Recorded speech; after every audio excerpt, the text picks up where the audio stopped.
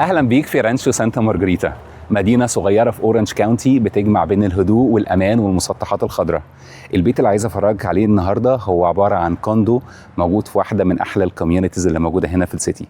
الكوندو ده هو عبارة عن 2 bedrooms 2 bathrooms على مساحة 1170 سكوير فيت وبسعر $710,000. خليني أخدك دلوقتي بسرعة في جولة جوه الكوندو ده.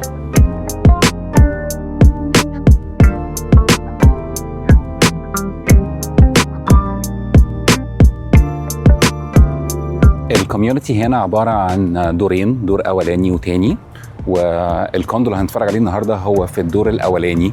وزي ما احنا عارفين هنا في أمريكا مفيش حاجة اسمها دور أرضي زي عندنا في الوطن العربي.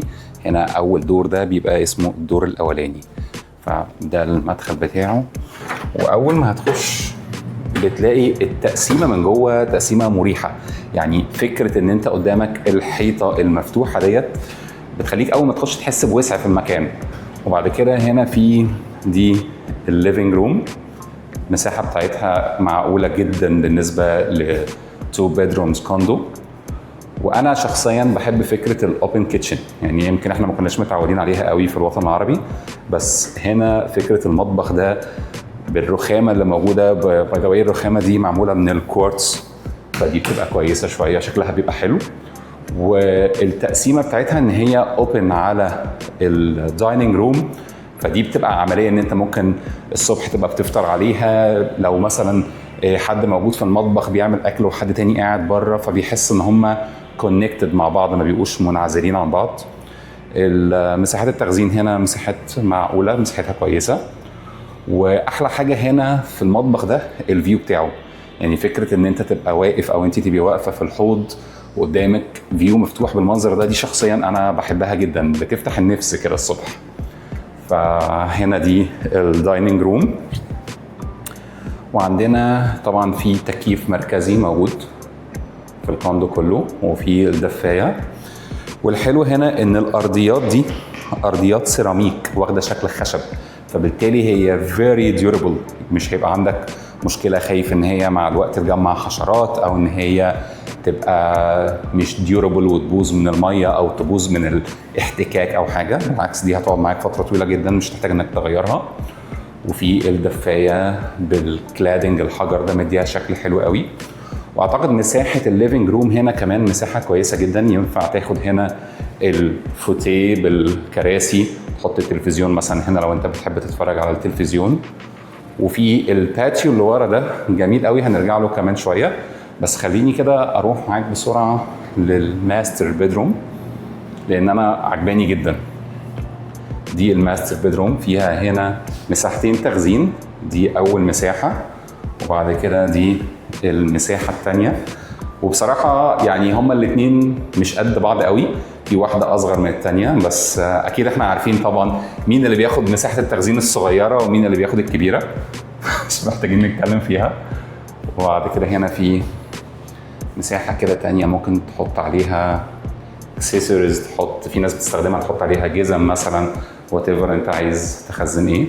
اللي عاجبني في البيدروم ديت ان هنا مثلا ممكن تحط البيدروم بتاعك والفيو بتاعك جميل جدا، يعني سواء كنت بتبص من الشباك ده جوه الكوميونتي نفسه، او حتى باب البلكونة ده اللي بيطلعك على الباتيو، الفيو منور، فانت نفسيا كده هتبقى مرتاح. بس هنرجع للباتيو ده كمان شويه.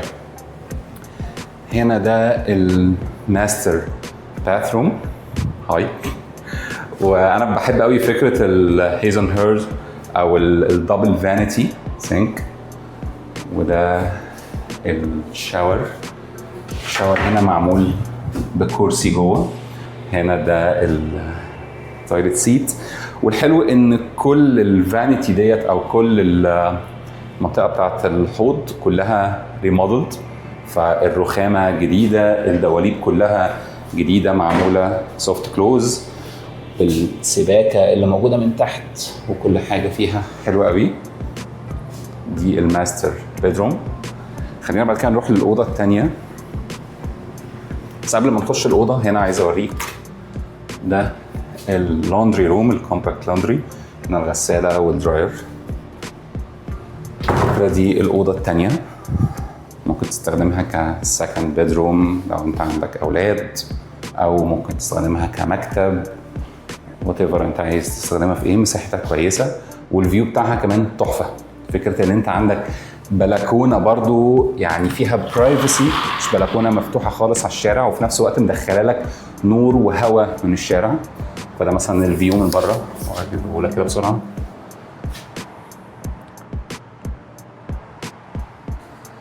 فمش بتحس ان انت مخنوق او معزول، لا الدنيا عندك منوره وحلوه.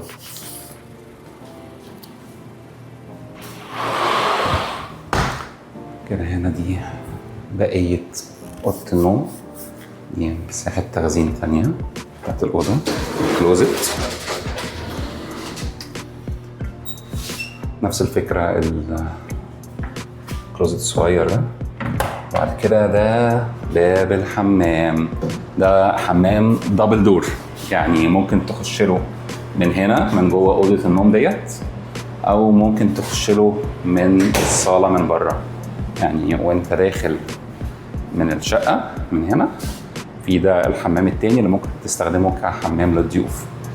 وما تقلقش، انت ممكن طبعا تعمل لوك للحمام من الناحيتين، فسواء انت دخلت من هنا ممكن تلوك ده، او لو دخلت من هنا ممكن تلوك ده، فما تقلقش خالص.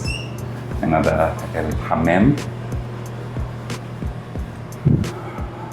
وبعد كده نرجع تاني نشوف بقى الباتيو اللي ورا، عشان دي انا عجباني جدا.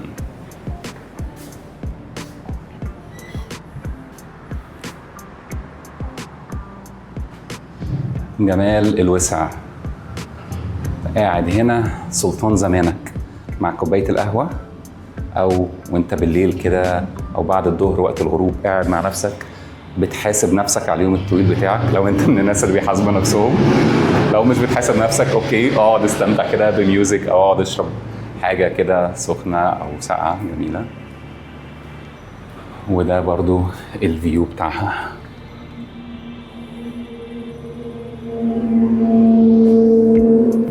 خليني دلوقتي اخدك بره بقى الكوندو نفسه ونكمل تمشيه في الكوميونتي، واوري لك البول، اوري لك الجام، اوري لك الجاكوزي، اوري لك كل الامينيتيز اللي موجوده هنا. يلا بينا. ده هنا الماستر بلان بتاع الكوميونتي كله. فاحنا عندنا فيه 2 بول و2 سبا، وبعد كده هنا في الجام والساونا، وفي اكتر من منطقه للباربيكيو وللقعاد. وده الشارع الرئيسي اللي هو أنطونيو بارك واي. احنا البيت بتاعنا او الكوندو اللي بنتكلم عليه اللي هو ده، فدخلته سهله من الطريق الرئيسي من بره.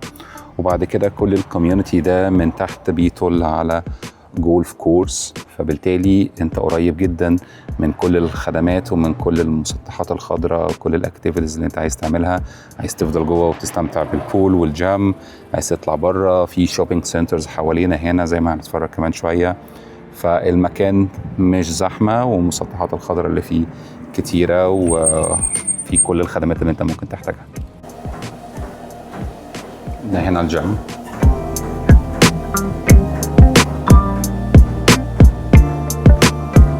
وبعد كده بره في البول والسبا. ودي واحدة من ال2 بولز اللي موجودين هنا، وفي قعدات كتيرة تشيز لونج، وفي هناك مكان للباربيكيو اريا وتجمعات. وبعد كده دي السبا. فانت هنا عندك خدمات كتيرة هتخليك قاعد مستمتع، وفي نفس الوقت الصيانة هنا واخدين بالهم جدا من المكان. ودي كده جولة سريعة في الكوندو اللي موجود في رانش سانتا مارجريتا. وزي ما قلت لك السيتي دي يعني سيتي جميلة جدا، فيها معدلات الأمان عالية قوي وهادية، ومسطحات الخضراء كبيرة جدا زي ما انت شايف كده. ومستوى المدارس هنا كلها 7 و8 و9، فمستوى مختلف من الحياة.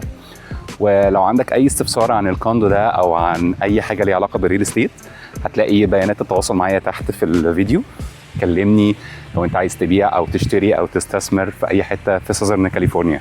انا بشوي، واشوفك في البيت الجاي.